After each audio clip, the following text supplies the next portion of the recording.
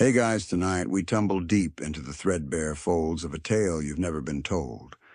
The torches flicker low in the halls of myth, and just beyond the familiar glow of 12 mighty labors lies one very quiet, very forgotten errand. You don't read about it in the Iliad. No one sings it at festivals.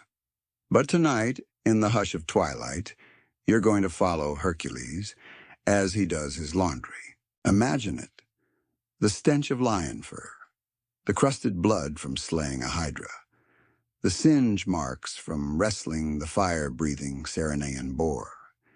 You begin to wonder how, through all of that, did Hercules keep his signature cloak, made from the impenetrable hide of the Nemean lion, so clean, so heroic-looking, so oddly photogenic in frescoes. You probably won't survive this journey, by the way. Not from monsters or curses, just from boredom. The kind of slow, creeping drowsiness that tiptoes in when you start thinking way too hard about ancient textiles and divine sweat. So before you get comfortable, take a moment to like the video and subscribe, but only if you genuinely enjoy what I do here. Drop a comment below with where you're tuning in from and what time it is. I love seeing our sleepy little village spread across the world. Now dim the lights, maybe turn on a fan for that soft background hum, and let's ease into tonight's journey together. You begin in a marble chamber, scented with burnt olives and overripe figs. Your sandals scuff against a dusty mosaic depicting Hercules, mid-pose flexing dramatically. It's always the same pose, one foot on a fallen beast club hoisted lion cloak billowing. But something catches your eye this time. A tiny figure tucked behind him, barely noticeable. A servant or perhaps a muse holding a shallow basin and looking deeply unimpressed. You crouch closer, squinting. Is that suds? No one ever talks about what came after the slaying, the parades, the statues. The part where Hercules probably sat cross-legged by a stream, elbow deep in muddy cloth, muttering to himself about ichor stains and sandal grime. Did he even have a change of clothes? You're suddenly hit by the image of the mightiest demigod of all time, quietly sniffing a tunic to see if it could go one more day. Now, to be fair, ancient Greece had its own laundry strategies. If you lived in Athens and your toga started smelling like old fish and bronze armor sweat, you'd probably take it to a professional fuller's.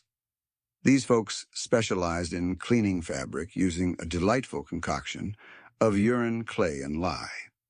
Yes, you heard that correctly. Pee was a detergent. And not just any pee, ideally aged, ideally pungent. This wasn't a fringe detail.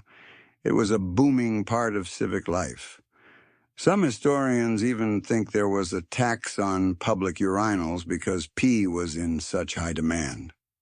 Makes your overpriced detergent pods seem like a blessing, doesn't it? Now you're still staring at the mural when something shifts.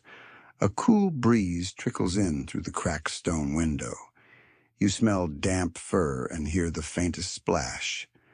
Somewhere outside in mythic time, Hercules is trudging through reeds with an enormous stained lion pelt slung over his shoulder like a soggy towel. He's just finished defeating the Lernaean Hydra, and those acid-green stains won't come out without divine help. His brow furrows. He's fought monsters. He's seen the underworld. But this laundry is personal. There's a fringe theory entirely unsupported by the way that some versions of the Hercules myth originally included a 13th labor. One whispered among the kitchen slaves and overlooked scribes. It wasn't banned by the gods. It just wasn't glamorous. The tale goes that Hera, ever the mischief maker, cursed his cloak to forever hold the scent of every beast he battled. Until, of course, he humbled himself to wash it properly. Historians still argue whether this 13th labor was a satire layered into early comedic plays or a late Roman addition meant to mock hero worship. Some say it was inspired by real rituals where festival garments were symbolically cleansed before performance. Others believe it was just the ancient equivalent of a meme, the image of a god-slaying warrior stuck doing chores. You step into another hall now, deeper in the ruins of a forgotten villa. The walls are cracked, but on one column there's a faint carving of Hercules, holding what appears to be a laundry paddle. It's surprisingly detailed. One hand on his hip, the other stirring cloth in a basin. There's even a little dog watching him. Maybe Cerberus's cousin. You can't help but smile. Because for all his strength and status, Hercules was, in the end, just another sweaty guy trying to get tomato sauce, or was it Minotaur blood out of linen? And so, under the moonlight in a world of bronze and myths, you begin to follow him. Not as a warrior, not as a god, but as a man with a stubborn stain and a little too much pride to ask for help. You trudge alongside Hercules now through a dust-washed ravine beneath the sleepy shimmer of early dawn. The light catches in his tangled curls, and beads of sweat glisten on his arms like little offerings to the sun. He's not headed toward a monster's lair this time.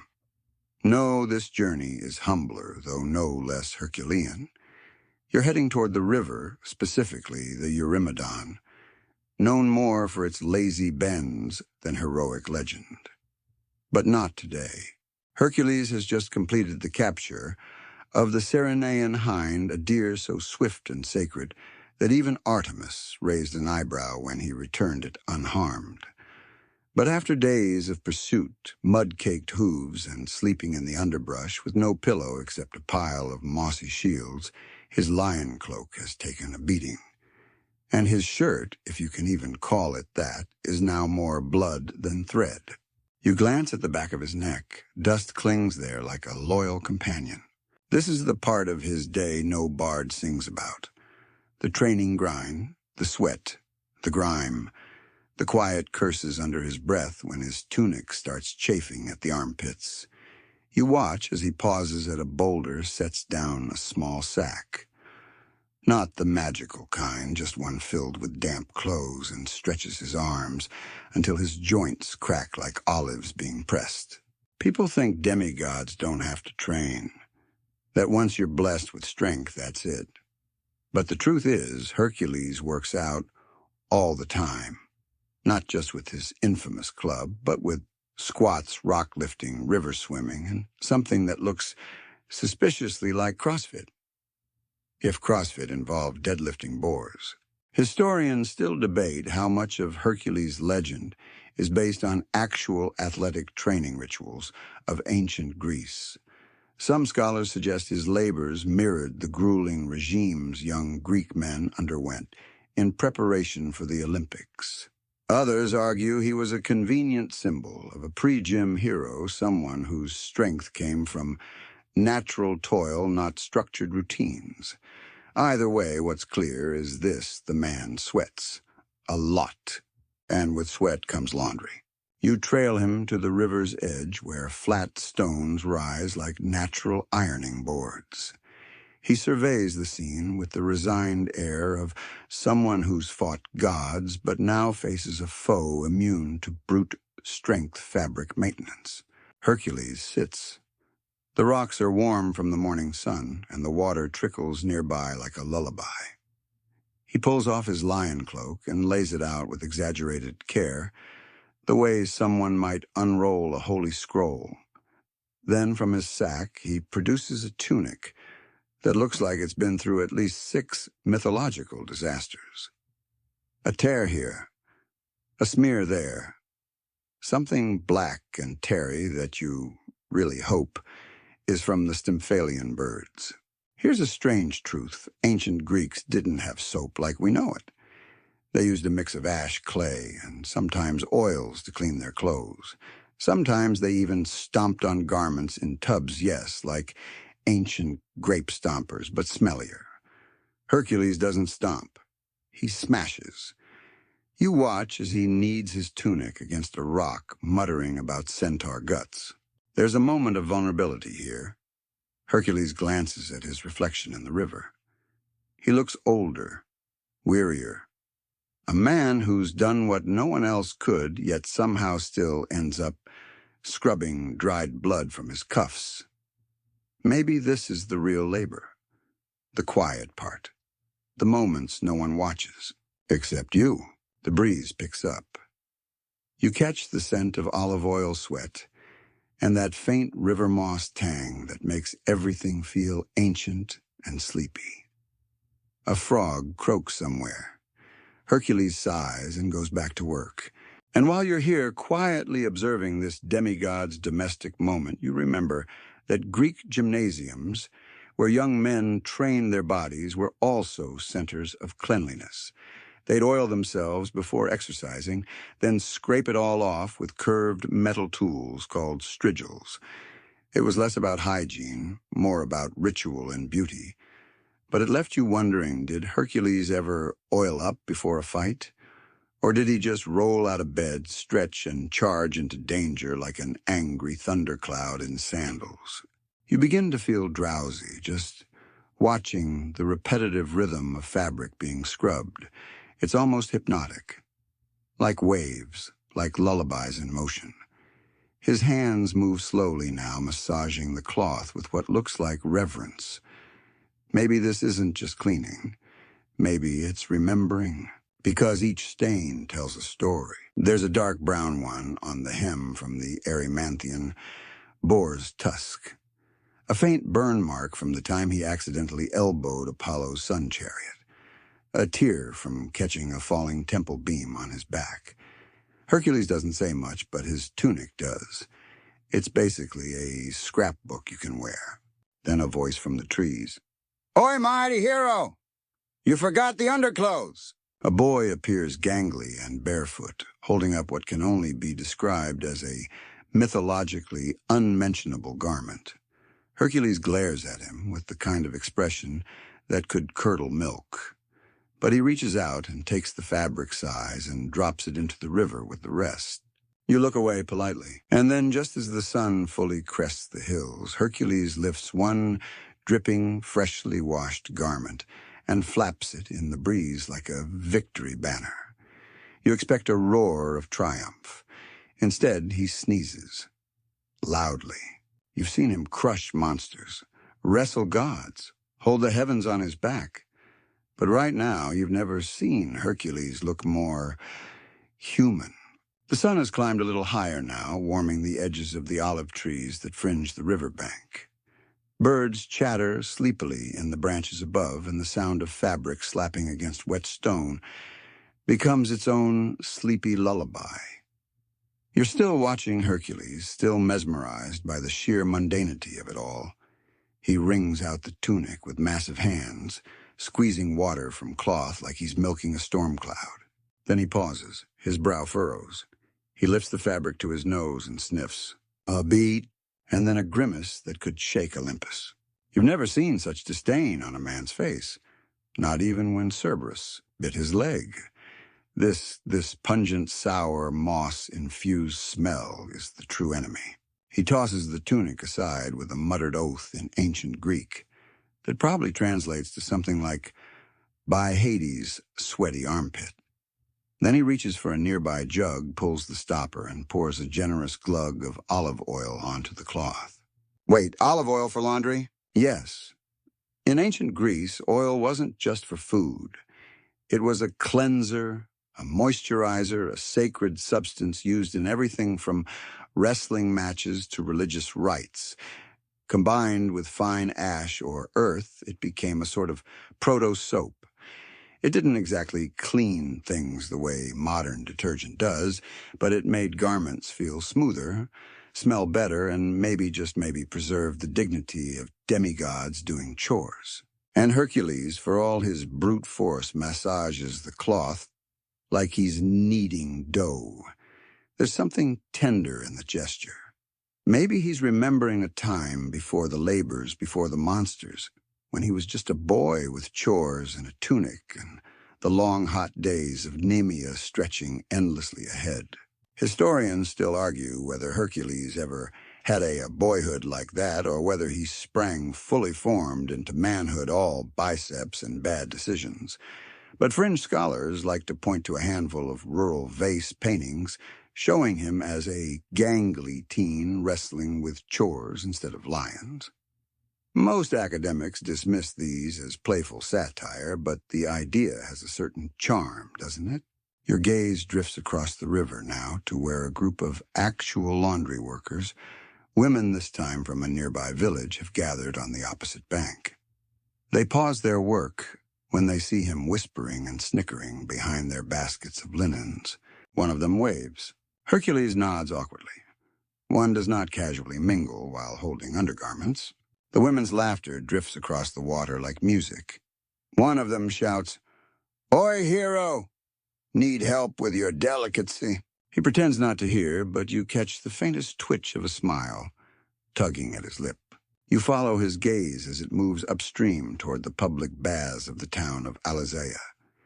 They're carved from honey-colored stone and nestled between lemon groves and cypress trees. He looks like he's thinking about heading that way. But no, he stays. Maybe this is penance. Maybe Hera cursed more than just his destiny. You sit beside him now, and the smell of sun-dried cloth and oil makes your eyelids feel heavier. The river burbles gently. Somewhere nearby, a goat bleats as if it too is unimpressed by the heroic laundry effort unfolding. Then Hercules clears his throat and mutters something to himself. You lean closer, just in time to hear him grumble. "Next time I slay a beast, I'm asking Hephaestus for a self-cleaning cloak." And that brings you to a strange little sidebar in Greek housekeeping history, the strigil. You've seen these before in art, those crescent-shaped metal tools used by athletes to scrape oil and dirt off their bodies. Think of it as a glorified butter knife for grime. Athletes, warriors, even philosophers use them.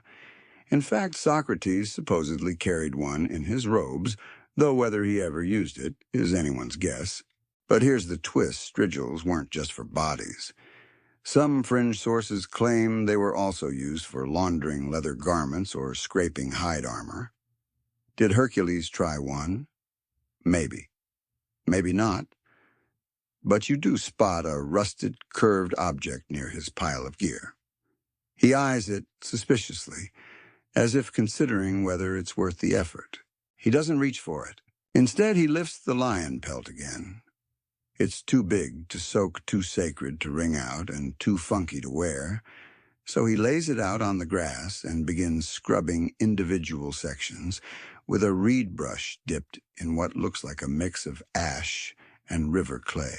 This is meticulous work, not heroic, not epic, just patient and oddly beautiful. The way his massive hands move in slow circular strokes, tracing the path of each old battle scar in the hide. You begin to realize something. This isn't about cleanliness anymore. It's about remembering. Each mark on that cloak tells a story.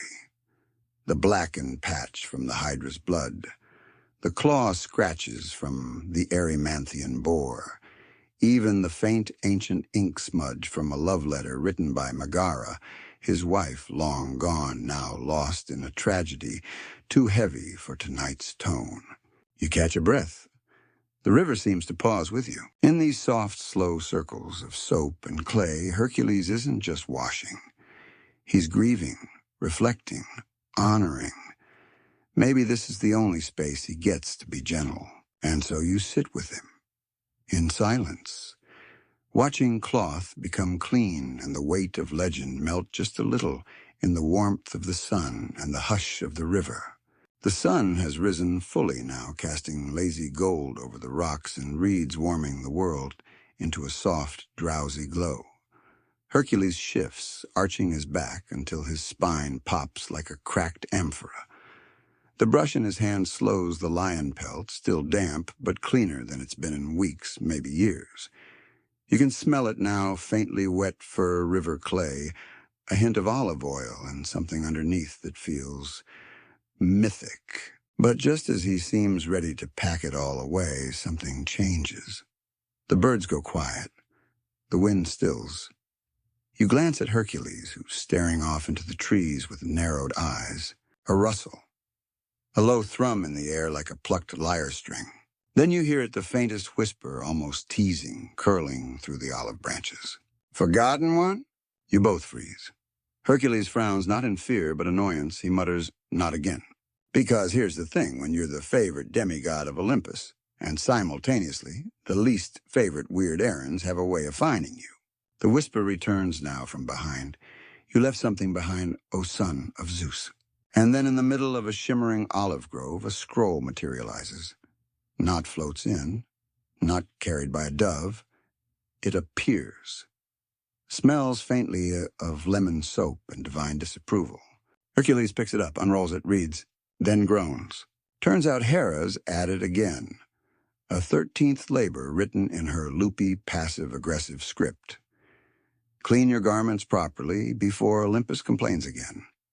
The stench is reaching the muses. Underlined. Twice. You try not to laugh, you fail. But he's not amused. A labor, he mutters. Laundry? As if killing a 3-headed dog wasn't enough. Now it's fabric duty. It's official. The gods are petty. You trail him as he slings the damp lion cloak over his back again, clothes bundled under one arm, and starts heading west toward a place whispered about by fullers and housemaids alike, the legendary Mount Oxyclean. Of course, that's not its real name, but that's what the mortals call it now. A hilltop spring hidden deep in Arcadia, said to possess waters that purify even the blood of titans from your linens. Historians still debate whether this sacred spring ever existed or was a poetic metaphor for moral cleansing in ancient rites. Fringe theorists with very messy tunics insist that Hercules himself founded a secret order of heroic washers who passed down stain removal chants. Most likely it's a myth layered on a myth, but you're heading straight into it. As you climb higher, the air grows crisp, the trees thin. You pass abandoned shrines and little piles of stones left by pilgrims, some of them tied with faded ribbons, others scattered with olive pits. One has a single sad sandal resting on top. You don't ask. Eventually you reach a clearing, a circle of ancient stones around a shallow pool. The water is clear still and humming with a strange resonance as if the gods are whispering through its surface. Hercules kneels, dips his cloak in, and everything changes. The water reacts instantly, fizzing like amphora wine poured too quickly. A low shh sound fills the air, and mist begins to rise, wrapping around you like warm laundry fresh from the line. He watches, astonished, as centuries of grime lift from the lion pelt, like shadows being peeled away. The bloodstains vanish. The soot fades. Even the scorch mark from that regrettable lightning bolt episode melts into nothing. A small, smug gust of wind curls past. Hera, probably? But not all is perfect. The cloak emerges lighter, yes, but something's missing. Its deep golden hue has dulled just a touch. Its weight feels thinner. The price of purity, perhaps. There's an ancient saying scratched into the stones near the pool. Only what is remembered may be stained. Only what is stained may be remembered. You stare at it a while. It feels important, though you're not sure why. Then Hercules speaks softly. The labors made me famous, but this, he holds up the clean cloak, this makes me forget. It's a strange thought. The idea that cleaning could be an erasure, a kind of mythic laundering of memory, not just fabric. You sit beside him as he lays the cloak across the stones to dry. There's silence between you, the kind that feels earned. Then he mutters, next time I'm wearing something disposable. You both laugh. And just like that, the moment lifts. He packs the rest of his clothes with more care now. His tunic still bears the faint scent of ash and olive, but the worst of it is gone. The undergarments, air-drying in the sun, bless them. Before you leave, you take a sip from the spring. It tastes like mint lemon and something old like books or memory. You feel a little lighter, just enough. And so begins the 13th labor, not of blood or conquest, but of reflection. The quiet work, the forgotten work, the things no one sings about, but everyone must do. Eva Demichots, the mist from the sacred spring still clings to your skin as you descend the winding path from Mount Oxyclean. Your sandals slick with dew, your thoughts a little softer around the edges. Hercules walks ahead, cloak folded under one arm like a weary banner. He doesn't say much. The wind rustles the leaves. A cicada starts up, then thinks better of it. The problem is, the cloak is clean now, but it's not right. You can feel it in the way Hercules keeps glancing down at it like it's a stranger. He tugs at a thread along the edge, a spot that used to be crusted with chimera soot. Now it's smooth, too smooth. It's as if the fight was never there, as if it never happened. You stop beneath a cypress tree where the shadows fall long and cool. Hercules lays out his gear for inspection. The tunic, the belt, the lion cloak, all scrubbed clean. But something's missing. Not dirt character. He picks up the lion pelt and flaps it once, watching how the sunlight dances across its surface. Then he frowns. It's like washing off a scar, he mutters. You sit beside him, and for the first time you think maybe that's the real danger of divine cleaning. It doesn't just erase the grime, it erases proof.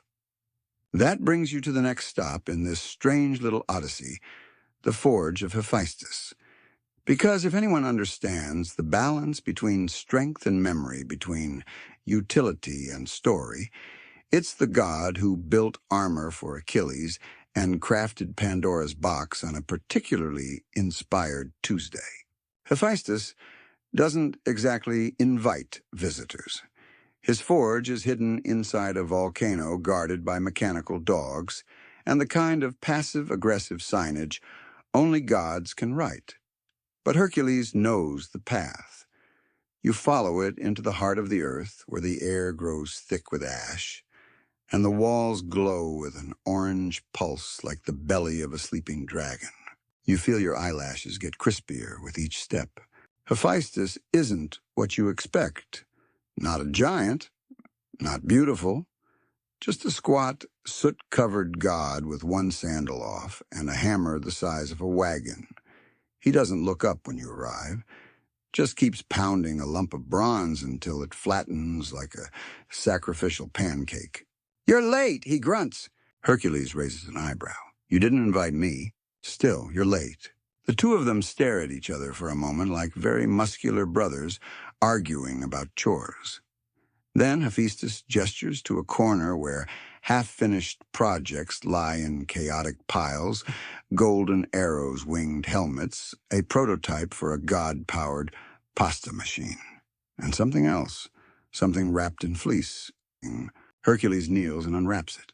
It's a paddle, a laundry paddle. Forged from bronze, inlaid with mother of pearl, and etched with what appears to be instructions. Divine scrub technique, Hephaestus says proudly. You alternate clockwise and counterclockwise motions, with rhythm, like lyre music. No slapping. You can't help it, you laugh. Hercules doesn't. He holds the paddle like it's a weapon. Which, in a way, it is. Not for slaying beasts, but for wrangling memory from cloth one swirl at a time. Why, he asks. Hephaestus shrugs. 'Cause someday even gods will forget. Tools help us remember. It's surprisingly poetic, until Hephaestus belches and wipes his nose on his arm. Historians still debate whether any actual god-forged laundry artifacts existed in Greek ritual. Some argue that ceremonial paddles were used in temple cleansing rites, symbols of purification, wielded by priestesses during spring festivals. Others scoff, claiming it's a later Roman invention, retrofitted into older stories to make them feel more domestic. But deep in the volcanic forge where myths are hammered into being, none of that matters. Because you see it now. The paddle isn't just for scrubbing, it's for reclaiming. The memory of each labor, each stain, each brush with death and dish soap. Hercules nods, tucks the paddle under his arm, and leaves without another word. You follow lungs filled with smoke, heart filled with something oddly like respect. Back in the open air, the sky has changed. It's twilight now, soft lavender clouds smeared across a honey-colored sky. You walk together in silence, and for once, the weight of his cloak seems to fit just right. Later that evening, you camp by the edge of a field of thyme. The scent is calming. Hercules unrolls the lion cloak one more time this time, not to clean it, but to admire it. The divine paddle rests beside him unused but ready. He brushes a hand over the hide. It's still too clean, too pale, so he does something strange. He picks up a bit of charcoal from the fire and draws. Right along the edge where a bloodstain once lived, he sketches a rough swirl. Not a perfect replica, but a memory. Then another mark where the hydra's bile used to hiss, and one more near the collar, a dark smudge for Megara. He's not just preserving the cloak now. He's rewriting it. You lay back on the ground, watching the stars poke through the evening haze, and somewhere in the silence you understand. Not all labors are physical. Some are emotional, quiet, messy in different ways. And sometimes the hardest part is letting something stay stained, because that's how you know it mattered. The stars are out now, scattered across the night like flakes of sea salt, spilled on obsidian. You lie beside the campfire, lulled by the gentle crackle of flame and the rhythmic scraping of bronze against cloth. Hercules is using the divine laundry paddle, not with fury, not with the weight of myth, but like someone scrubbing away the day's regrets from an old pair of socks. Each motion has a kind of reverence to it. His arms move in slow spirals, careful and deliberate, almost like he's performing a ritual. The paddle shimmers faintly in the firelight, catching glints of red, orange, and gold. You close your eyes briefly, then open them again, because something is happening. The pelt is resisting. The divine paddle presses down. The lion skin, cleaned only hours ago in the sacred spring, ripples with tension. It doesn't tear or twist, but it hums. You feel it through the ground, through your bones. Hercules pauses, frowns. It's fighting back, he says. And that's when you realize maybe not all dirt is meant to be erased. Maybe some memories are sewn so tightly into the fibers that they develop a kind of mythic inertia. He leans back and exhales, the paddle resting across his knees. You both look at the cloak. Once a trophy of victory, now something more complicated. And so begins the long trek, toward a place even stranger than a divine spring or volcano. Forge, a place where washing is a science, not an art. You're heading to the lunar tidewasher. Yes, the lunar tidewasher. Deep in the hills near the port town of Gythium, hidden behind a grove of myrtle trees and watched by 3 extremely judgmental owls, lies a half-legendary, half-mechanical laundromat of divine origin. Built allegedly by one of Poseidon's lesser-known nephews, an eccentric sea demigod named Narration, who had a fondness for tinkering with tides. Historians still argue whether Narration ever existed. Some say he was a metaphor for shifting fortune. Others claim he was a real cult figure who specialized in maritime purification rites. A minority believe he invented the first spin cycle powered by moonlight. That last group is mostly laughed at in academic circles. And yet here you are. You arrive just before midnight. The air is thick with jasmine and salt. And there it is, a shallow stone pool shaped like a crescent moon, ringed with ancient levers, pulleys, and tide-capturing sluices. Water sloshes in from some hidden, oceanic source, surging with the lunar pull. Hercules approaches with a mix of skepticism and awe. "You're telling me this washes cloaks?" You shrug. Tide-powered, artisan design, emotionally fragile. He nods solemnly. "So am I." You help him feed the lion pelt into the wide stone basin. Immediately, the mechanisms begin to churn gently at first, then, with the slow insistence of lunar gravity, water floods in, swirling with phosphorescent foam. It smells faintly of seaweed, lavender, and justice. There's something calming about watching the great beast pelt turn slowly in moonlit water. The pool glows. Mist curls upward. You hear a faint melody in the air, almost like a lullaby hummed by the tide itself. You could fall asleep standing here, just watching this ancient, absurd machine gently clean a symbol of unimaginable violence. Then clang! One of the stone levers snaps upward, spewing water everywhere. The lion pelt rises from the pool, now soaked and steaming, draped across a giant copper wheel. It drips like a wrung-out storm cloud. You wait for Hercules' reaction.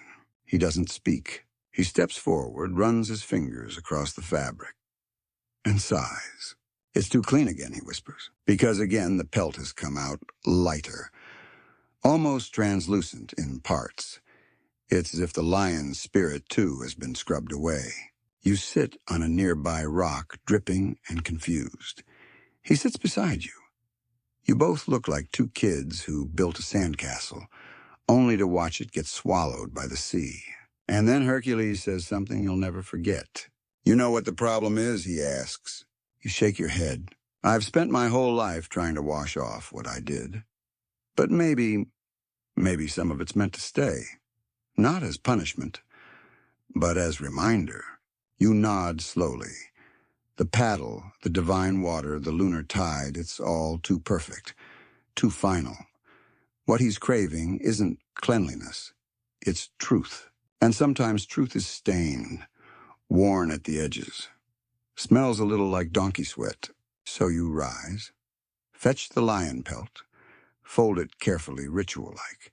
Then with great ceremony, Hercules lifts a small vial of red ochre from his pack used in funerary rites and warrior tattoos, and with his fingertip he dots the pelt shoulder. A single red mark, not a stain from violence, but a mark of choice, to remember.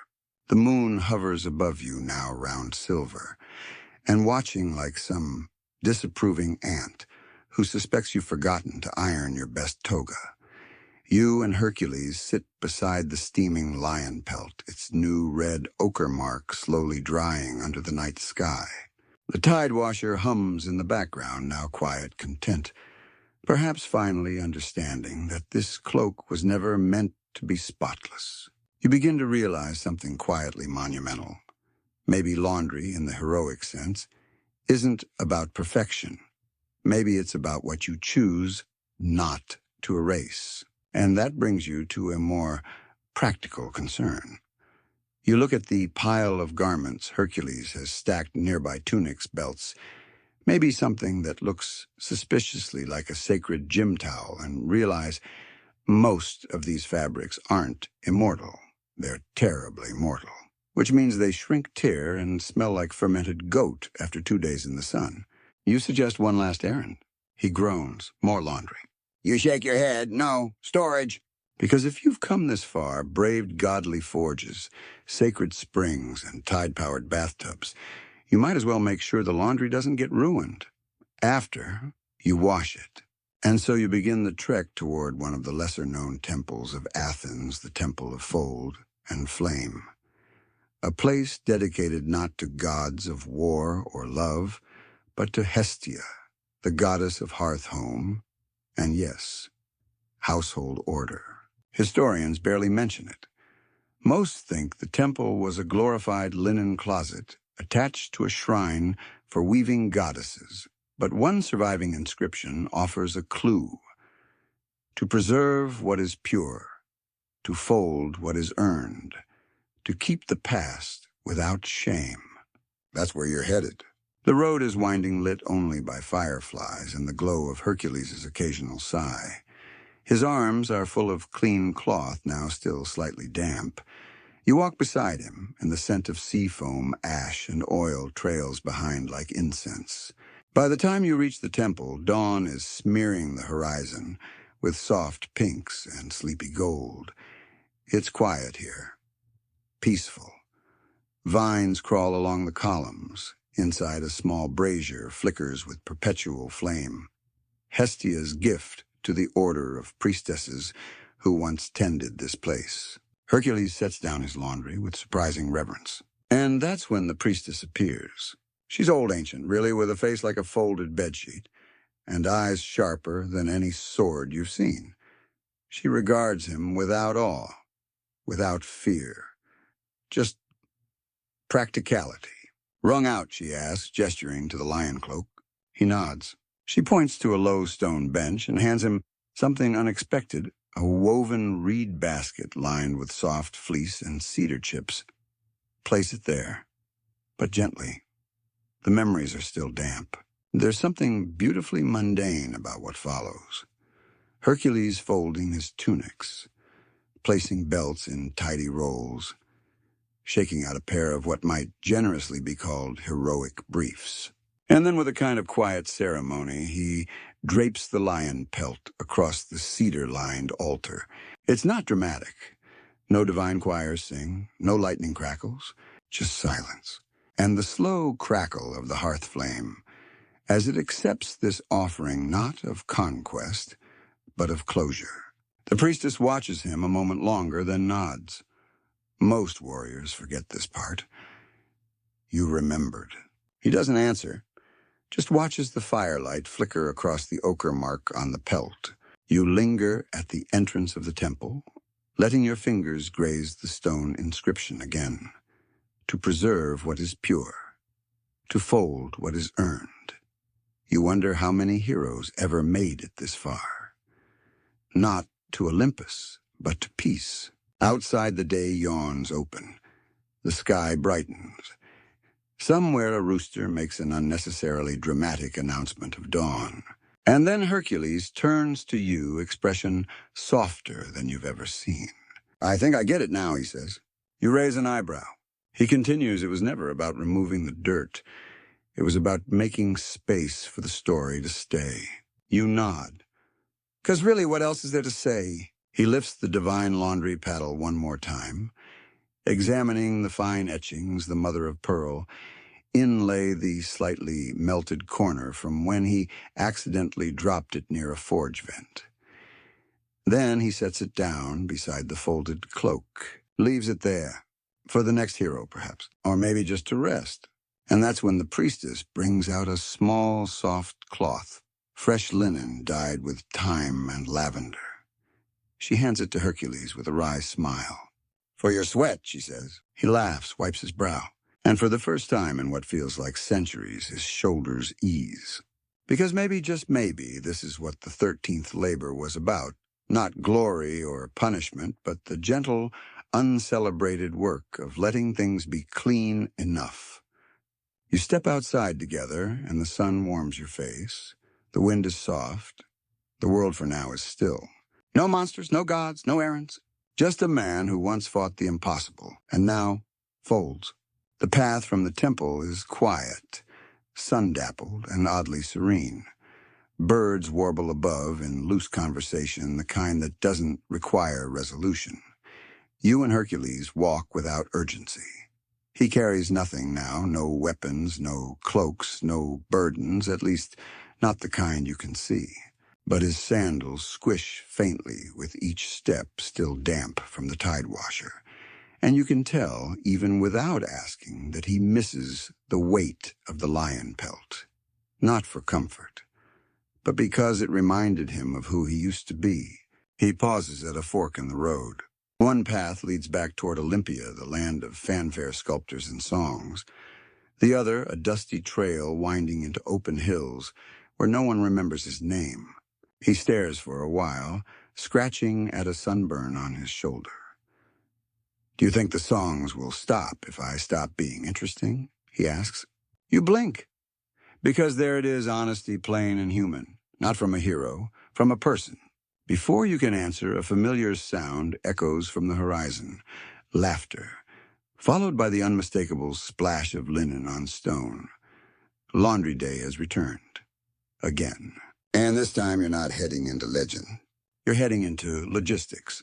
Because in every village, every temple, and every island between here and the ends of myth, there's a secret that gets swept under the amphora. Someone has to do the laundry. You arrive at the outskirts of a bustling Athenian market. Stalls overflow with olives, honey, cured meats, and most curiously, a corner shaded by tall fabric awnings where rows upon rows of drying tunics flutter like flags of surrender. This is where you meet them, the fullers. Not demigods, not poets. Just men and women elbow deep in suds, scolding apprentices and slapping cloth against marble. Their arms are sun-browned, their hands calloused, and their faces shaped by years of squinting into rising steam. Hercules, to his credit, doesn't try to hide. He steps right into the center of the courtyard, nods once, and asks, "You take walk-ins." The woman in charge, wrinkled wiry, and holding a strigil with the authority of a queen, eyes him up and down. Only if you don't touch the paddles without asking. He bows slightly. Learned that lesson. And just like that, the hero of a dozen impossible labors joins a chorus of real-life laborers. The market fades into background music. You hear the swish of water, the slap of cloth, the occasional string of curse words when a stain won't lift. Hercules doesn't complain. He needs tunics, rinses belts, hangs towels in a near-perfect line. And quietly he listens. Because these fullers, they talk about who cheated who at dice last week, about how Demophon's goat keeps chewing on drying linens, about how someone, probably Thatros again, left fermented fish near the rinsing vat. It's not myth. It's mess. It's life. Historians often ignore the fullers in the grand tales of Greece. Their work, though essential, was considered too earthy, too mundane. But archaeologists have uncovered massive Phalonike laundries in Pompeii and Athens, complete with basins, foot-treading pits, and, yes, urine vats. It's not glamorous, but it's real. And tonight, you see a different kind of strength in Hercules.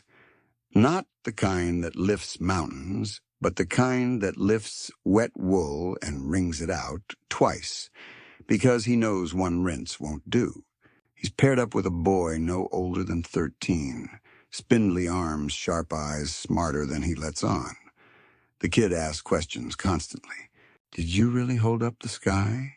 Did you really steal apples from a dragon? Did you really wash this exact tunic last week, or am I imagining things?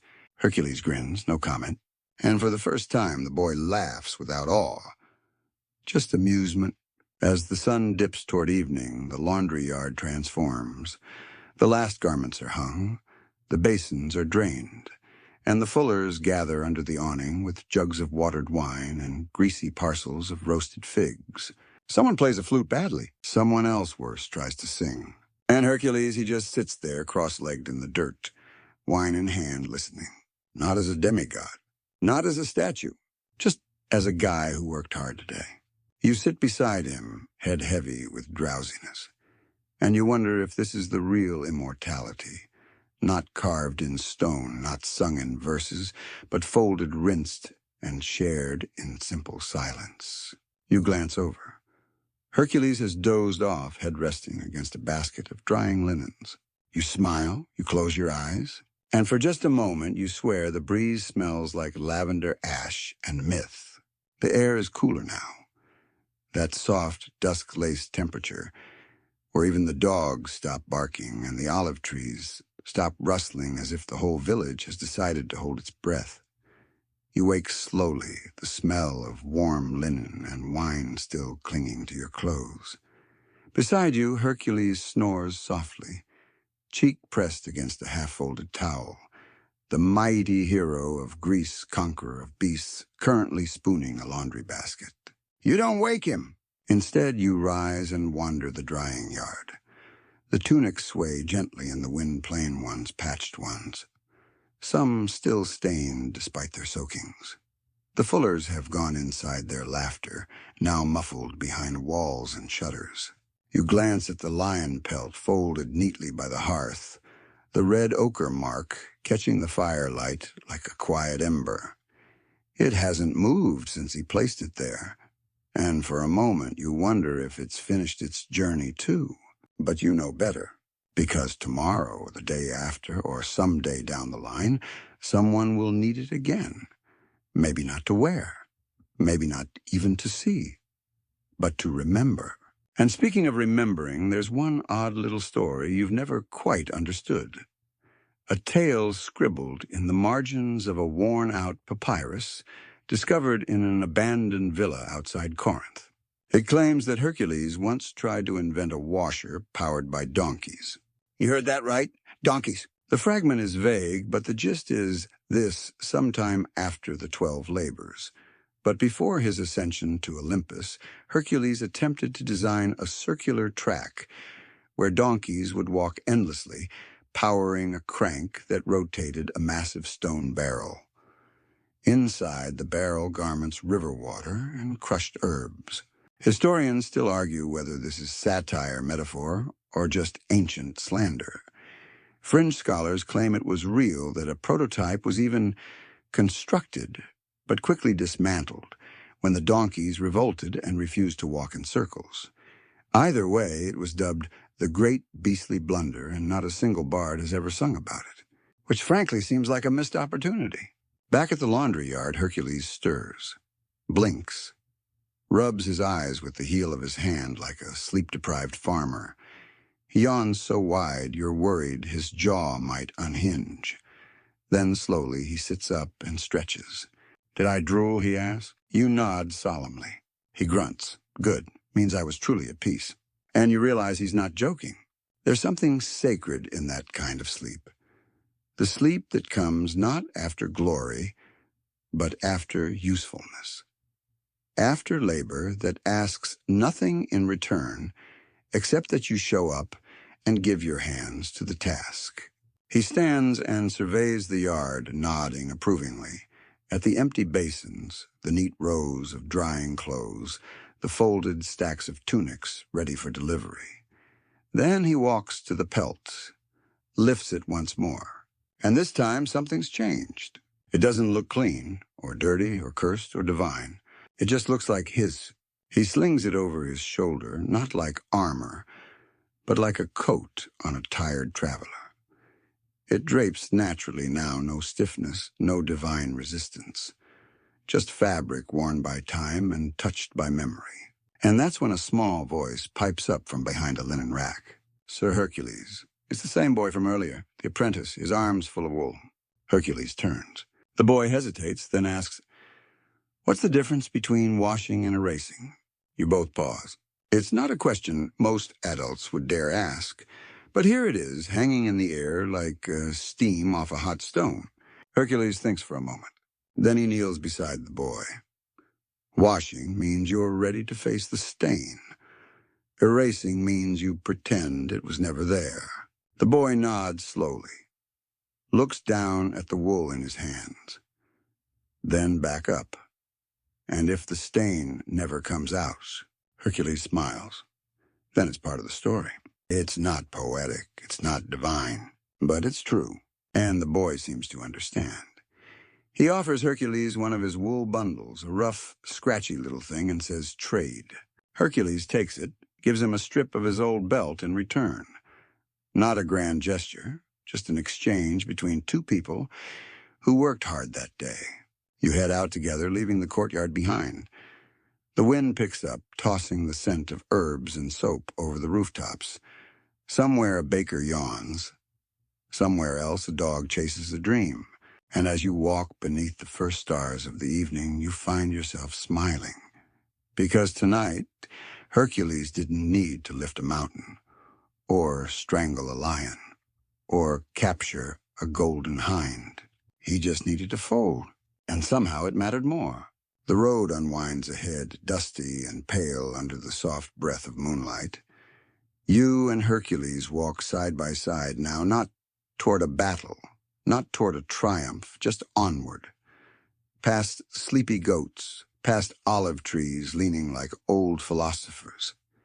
Past the kind of silence that only comes after something meaningful has ended. He doesn't talk much, and you don't need him to. There's something sacred in this quiet.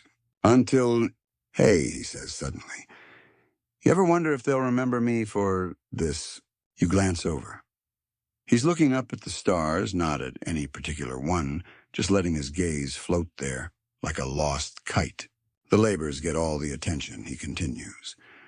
The lion, the hydra, the cleaning of the stables, that one was gross, by the way.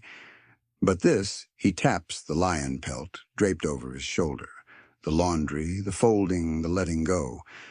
Feels more real. You offer a shrug. They might not sing about it, but maybe someone somewhere will remember. He chuckles. Great. Ode to Hercules, the guy who learned to sort whites and colors. But you're already thinking.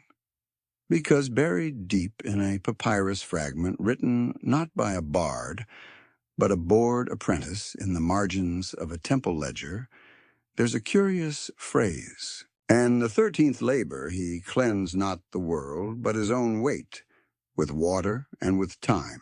Historians still argue what it means. Some say it's a misattributed quote. Others insist it refers to an obscure cult ritual involving purification by olive oil and long naps. A fringe theory even links it to proto-Stoic philosophy, where the idea of cleanliness was a metaphor for self-discipline. But here now, walking under a violet sky, you suspect it's something simpler, that it really did happen.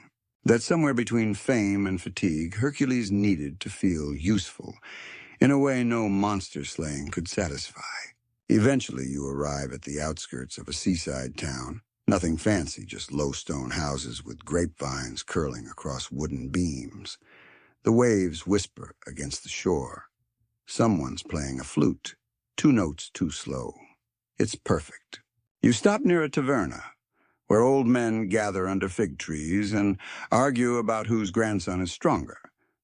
Hercules glances at them with a smirk. Should I arm wrestle one just for fun? You shake your head. You're retired, remember? He groans. Gosh, that sounds boring. But still, he doesn't wrestle anyone. Instead, you both duck into the back courtyard of a sleepy inn. It smells of thyme salt and roasted garlic. A plump woman emerges, flour on her hands and eyes, Hercules like a particularly problematic cousin. You look filthy, she says. He bows. I've been doing laundry. She squints, then slowly smiles. Well, then you've earned a bed and some stew. And just like that, you're seated beneath grapevines, a bowl of lentils in your lap, a crust of bread in one hand, and the sound of the sea filling in every space that silence forgot. Hercules eats slowly, carefully, like someone who's finally learned there's no rush. Afterward, he rises, thanks the innkeeper, with surprising gentleness, and makes his way to a small cot in the corner room. No fanfare, no divine exit. Just the quiet creak of a floorboard and the sigh of old joints settling into stillness. You watch from the doorway as he lays the lion pelt across the foot of the bed, doesn't hang it, doesn't display it, just places it there. Then he folds the lavender-scented towel the innkeeper left for him. Twice, edges aligned, not because anyone's watching, just because it feels right. You take a final look around. The candle flickers. The linen rustles softly in the window breeze. Hercules the mighty now curls on his side, back to the wall arms around a pillow that's way too small for him. And in the moonlight you swear for the briefest second you see the red ochre mark on the pelt glow faintly, as if the memory of all he's carried and all he's washed away has settled into something peaceful, not erased, just softened. You close the door gently behind you. Somewhere in the night, a rooster crows way too early. You smile, because tomorrow, he might just wash his socks. And somehow that's enough. Morning in the village, tiptoes in soft and golden, like a child sneaking through the kitchen for honeyed figs. The sun slips over the hills with no fanfare, casting long, lazy beams through the shutters of the small room, where Hercules still sleeps, arm dangling off the cot, one foot uncovered, snoring like a content bull. You watch him for a moment before stepping outside. The town is already awake. You hear water splashing from basins, roosters belting their off-key solos, and the rhythmic squeak of wagon wheels over uneven stone. Someone shouting about olives. Someone else is arguing with a goat. But you're not focused on that. You're focused on the smell. Fresh laundry. It drifts through the alleyways like a memory lavender, sun-warmed cloth, steam rising from a kettle left too long. You follow it instinctively, as if your feet already know the path. Around the corner, you find the source, a communal wash area hidden between two homes, shaded by tall fig trees. No divine basins, no sacred springs, just cracked basins, soap made from animal fat, and one very determined grandmother slapping a tunic against a rock with a vengeance that could humble a centaur. You smile. This feels familiar. But then something catches your eye. There at the edge of the washing line hangs a cloak. Not the lion pelt, of course, but a copy, stitched together from scraps of hide worn and patched, clearly the work of someone without divine materials, but with very human admiration. You step closer. See initials sewn into the corner, H.O., Hercules of Olympus. The woman washing clothes notices your curiosity, wipes her hands on her apron, and says, my son made it. Said heroes should have uniforms. Said they shouldn't forget who they were after they come home. You nod slowly. Then she adds, didn't know it was for drying dishes. And suddenly you're laughing. 'Cause of course. Even myths get demoted to rags eventually. You stay a while helping hang linens. The work is familiar now, meditative. You fold, you rinse, you hum a melody that might have been a hymn once. Or maybe it's just the way the wind moves through fig leaves. Back at the inn, Hercules stirs. He finds the breakfast left for him, goat cheese, figs, a hunk of still warm bread. He eats without ceremony, without hurry, then picks up the lion pelt and examines it in the new morning light. It still holds the shape of memory. The red ochre mark remains slightly faded now. A reminder. A scar. He folds it carefully, then wraps it in cloth and tucks it beneath the bed. Not to hide it, to rest it. Later that day, you find him near the edge of the village, helping a farmer hoist buckets into a well. He grunts, smiles, complains about his back. The farmer laughs, offers him a jar of olives and a place to nap under the fig tree. No one mentions monsters. No one calls him a demigod. No statues, no songs. Just a man who showed up and used his strength for something quiet. Historians still debate what happened to Hercules in his final mortal days. Some say he was taken to Olympus in a blaze of glory. Others insist he lived out his years in peace, wandering from village to village, sharing wine and helping rebuild walls he once knocked down. A lesser-known inscription carved into a stone basin outside a ruined bathhouse in Crete reads, "He came with no club, only tired hands, and a folded tunic that smelled of time." You can almost see it now, because here he is, in front of you, laughing with villagers, teaching the blacksmith's boy how to balance a hammer, accepting a bundle of fresh herbs from the baker's wife, carrying firewood for an old man with stiff knees. And when asked his name, he just says, "Call me Herc." You sit beneath the fig tree, warm breeze brushing against your skin, eyes growing heavy. You hear children shouting, a flute playing 3 streets over, the gentle flap of drying laundry in the wind. And through it all, Hercules hums, a simple tune, wordless, but full. The days begin to blur, soft and repetitive, like ripples across a still pond. You lose track of how long you've stayed in the village, A week, maybe two. But it doesn't matter. Time has slowed its breath here, and you're content to breathe with it. Hercules Herc, as the village now calls him, has become something of a fixture. Not a celebrity, not a legend, just someone reliable. He helps at the olive press in the mornings, fixes roofs at noon, and teaches the children how to climb fig trees without spraining anything important. Every afternoon he washes his tunic, not because it's dirty, but because the act of washing has become a rhythm, a meditation, a ritual. You often join him. The two of you scrubbing side by side sleeves, rolled wrists, splattered with the water of the lion pelt, now safely tucked away in cedar-lined cloth, resting like a tired memory. One evening, as the sun begins its slow collapse into the sea, you find Hercules sitting on a stone bench outside the temple ruins. He's holding a folded piece of linen, not a cloak, not a tunic. Just a simple square of fabric, soft and pale, like something you'd dry your hands with. He hands it to you.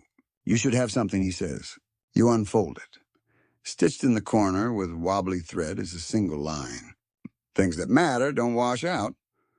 You look at him. He shrugs. Tried embroidery. I'm terrible at it. You're not sure whether to laugh or cry, so you just fold it back up and hold it tight. That night, something shifts. Not in the sky, not in the village. In him, because he rises at dawn earlier than usual and begins packing. Not for a fight, not for a voyage, just for movement. He wraps bread in cloth, tucks a pouch of dried olives into his belt, folds his tunic, and after a long, still pause, pulls the lion pelt from its resting place and drapes it over one shoulder. The red mark still shines faintly, like a coal that never quite goes out. He doesn't say goodbye to the villagers, just leaves a few folded notes, simple ones. Thank you for the soap. Tell Thatros the goat still hates me. I didn't take the spoon, it was broken. Then he meets you at the edge of the fig grove where the dirt road curls into the hills. Time to move on, he says. You nod. Not because you're ready, but because you understand. Sometimes the most heroic thing you can do is keep walking. As you make your way out of town, you pass a pair of travelers arguing about directions. One recognizes Hercules and gasps. Wait, are you him? Hercules lifts a brow. Depends. Are you about to ask me to kill something? They laugh nervously. No.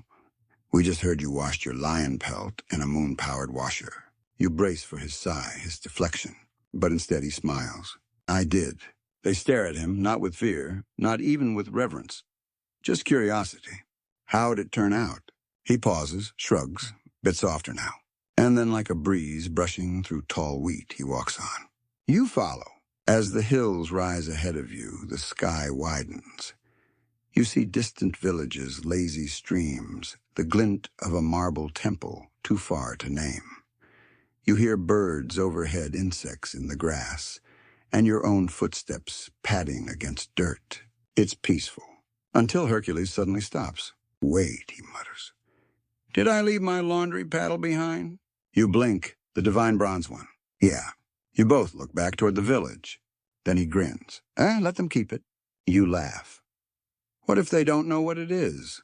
He shrugs. Then it's just a stick. But maybe. Someday someone will use it. And remember, you nod. And the journey continues. Not as a quest, not as a labor, but as a walk between memories, between stains you choose to scrub and the ones you keep. The trail winds on through sleepy orchards and over quiet hills. You and Hercules walk under skies that shift from lemony dawn to milky blue, passing herders with sleepy sheep traders with squeaky carts, and once a flute-playing boy trying to charm an uninterested chicken. No one recognizes him, and that's fine. In fact, he seems to prefer it. You stop in a small coastal village by mid-afternoon, the kind of place where boats are stitched more often than sails. The air smells of brine fish and sun-baked rope. Hercules offers to help patch a broken net. No one asks why his hands are the size of small shields. They just hand him a needle. Later, he scrubs his tunic in a chipstone basin behind the fish market. It's not glamorous. It smells faintly of squid, but he does it anyway. You help, because that's what this journey has become. And that's where you find her, the Oracle, but not the famous one at Delphi. No golden laurel, no intoxicating vapors, just a frail old woman perched on a creaky stool outside a sandal shop, sipping from a cracked terracotta cup and eyeing people like they're all suspicious vegetables. You only recognize her because of the small wooden plaque behind her that reads, Prophecies 1, drachma, no refunds. You and Hercules glance at each other, shrug. Why not? He steps forward and drops a coin into the offering bowl. The woman doesn't move, doesn't blink, just says the cloak is too clean. A pause. Then you've scoured away what others needed to see. But one stain remains. Hercules squints. What stain? She smiles slow and cracked.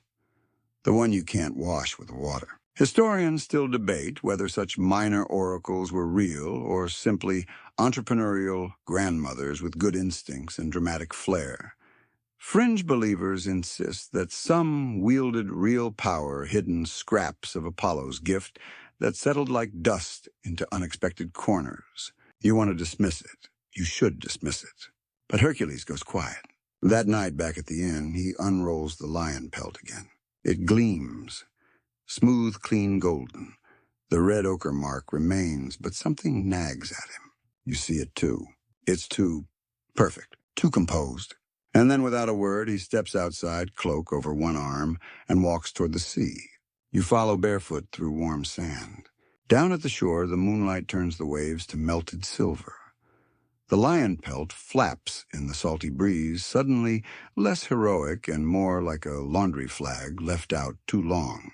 He doesn't hesitate. He wades knee-deep into the surf and lets the tide wash over the cloak. Not a sacred washer. Not a divine spring. Just seawater, wild, untamed, unpredictable. And as the salt soaks through the fabric, darkening it, making it heavy, something shifts. A shape begins to return, a faint outline. A memory of a memory, the claw mark from the Nemean lion. The acid spray from the hydra. Even a faint brown curve, the splash from a jug of wine Megara once spilled on it when they laughed too hard at dinner. They're not physical marks, not anymore. But they're back. In some way, only the sea understands. And Hercules, he smiles. You see that he says, you nod, it's not clean. He grins, exactly. He wrings it out gently, more like an embrace than a squeeze, then lays it on the sand like a sleeping beast. The breeze tugs at it, playful. The stars seem closer now. Everything feels quieter. Maybe the oracle was right, he murmurs. Not all stains are flaws.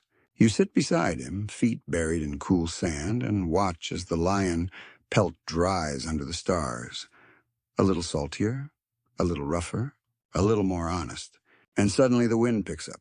Not a storm, just a presence. And there on the shoreline you both see it, a flicker of flame, a shimmer of divine light, a message not spoken aloud but settled like dew on the skin. Not from Hera, not from Zeus, from time. And it says you folded your story well. The next morning breaks with soft clouds and that particular hush that comes only after a night of revelation. You rise slowly, sand still clinging to your ankles, salt air still in your lungs. Hercules is already up. He's crouched near the lion pelt, gently brushing the grains of sand from its fur. It's dry now. Salt, stiff, wind-creased and speckled with tiny reminders of the seashell dust, a feather, a smell that clings like memory. He lifts it carefully, drapes it across his shoulders. It doesn't gleam like before. It glows, but in a different way. Not divine, not godly, just lived in. You walk together through the village one last time. People wave, no one bows. Someone shouts, "Don't forget your sandals this time." Herc and he holds up his feet in reply, bare, dusty, and smiling. You head inland now into farmland where fields sway and goats stare suspiciously at everything. You stop at a well to drink. A young woman hauling a water jug pauses beside you, eyeing the lion Pelt. "You wrestled that thing yourself?" she asks. Hercules hesitates, then says, "Yes, long time ago."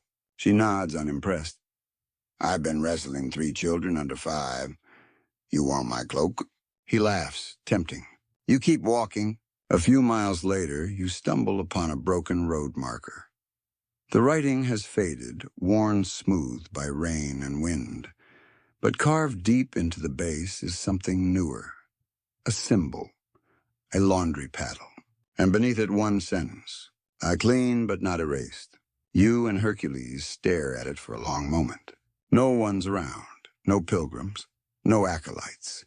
Just a single ivy vine curling up the side of the stone like a lazy idea. He smiles faintly.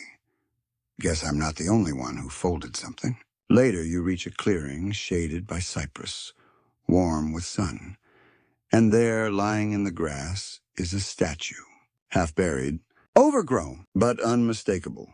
A marble Hercules. Cloaked club at his side, one sandal broken. The sculptor didn't go for perfection. This Hercules has crooked teeth, a belly that speaks of too many olives, and in one hand not a weapon, but a laundry paddle. You don't laugh. You can't laugh, because it feels right. The plaque at the base is cracked, but you can still read it. To the one who remembered what others forgot. Historians don't mention this statue. It's not in the records, not in the temples. Probably wasn't commissioned by a king or blessed by a god. It was likely carved by someone who knew him, who saw him fold a tunic once, who watched him sit by a stream and clean his grief from a stain that wouldn't lift, who understood that some acts of strength don't echo through mountains, they ripple through fabric. Hercules kneels beside the statue, brushing dirt from its eyes. Not correcting, just remembering. The lion Pelt shifts on his shoulders. A breeze lifts one edge and curls it like a page. "I used to think I needed to be spotless to be worshipped," he says quietly. "Now I think maybe being stained means I was really there." You sit beside him, pulling out the little cloth he gave you days ago. You unfold it. Read the stitched line again. "Things that matter don't wash out." And you realize you've been part of the story too. Not as a bard, not as a fighter, but as someone who stayed long enough to see it. The silence deepens. Birds sing somewhere far off. The sun warms the statue until it almost looks alive. And Hercules, he stands, not to leave, just to breathe, because there's nothing more to prove.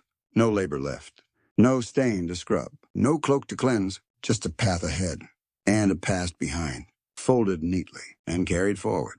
The road is flat now. No monsters, no riddles, just the easy rhythm of footsteps through wild thyme and tall grass. Hercules walks with his hands loose at his sides, the lion, Pelt folded and tucked beneath one arm like it's no heavier than a picnic blanket. You don't ask where you're going, because it no longer matters. This isn't a quest. It's a walk. You stop at a river, not sacred, not sung about, just water moving through stone, doing what water does. Hercules kneels at the edge, splashes his face, drinks from his cupped hand. Then, with quiet ceremony, he washes a small cloth. Not the lion Pelt, not his tunic, just that little embroidered square he gave you, the one with the words. You watch the red thread curl and ripple in the water, the letters warping slightly in the current, but holding. Still legible, still true. You sit nearby, letting the sun settle on your shoulders, eyes half closed. The air smells of wet rocks and crushed mint. A donkey brays lazily in the distance. Somewhere a bee is doing heroic work with a stubborn flower, and in that peace you hear a sound. Footsteps, dozens of them.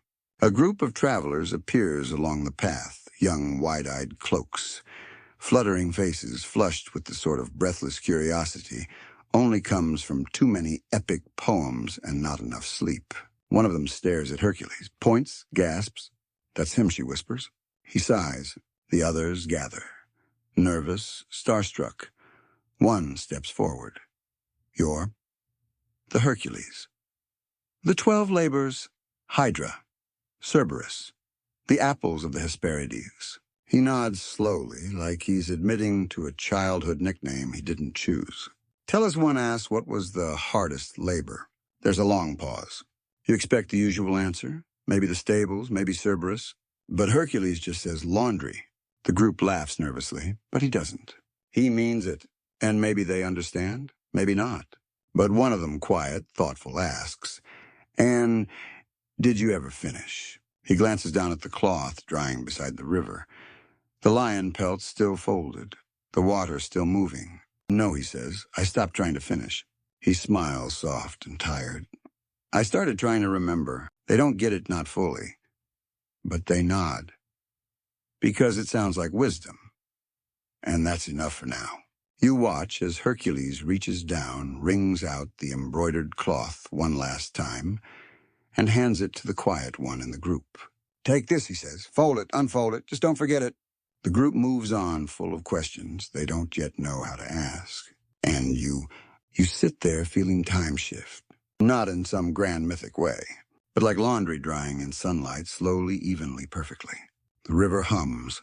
The wind rests. And Hercules, he closes his eyes, not to sleep, but to stay. Because for the first time in a long, long time, he doesn't need to go anywhere. He's already there. And so, dear listener, we leave him there by the river, beneath the cypress trees, in the quiet curve of a story that no bard ever bothered to sing.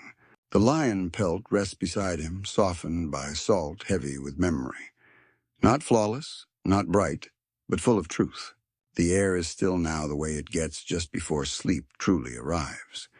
The kind of stillness that invites you to breathe slower, to let go, to fold the day neatly corner to corner and tuck it beneath your pillow. You feel it, don't you? That gentle hum at the edges of thought, like the flap of drying linen, like the whisper of water in a basin. Like a story finished but not forgotten. Let it stay with you, this little tale of stains and silence, of labors unseen and legends unwashed. Let it remind you that even the mightiest grow weary, that even heroes need rest, that maybe the softest work is the most heroic of all. Now drift. Let your thoughts fold and unfold like clean cloth in warm hands. Let your breath move gently like steam rising off a quiet stream. You've traveled far tonight, and you're already home.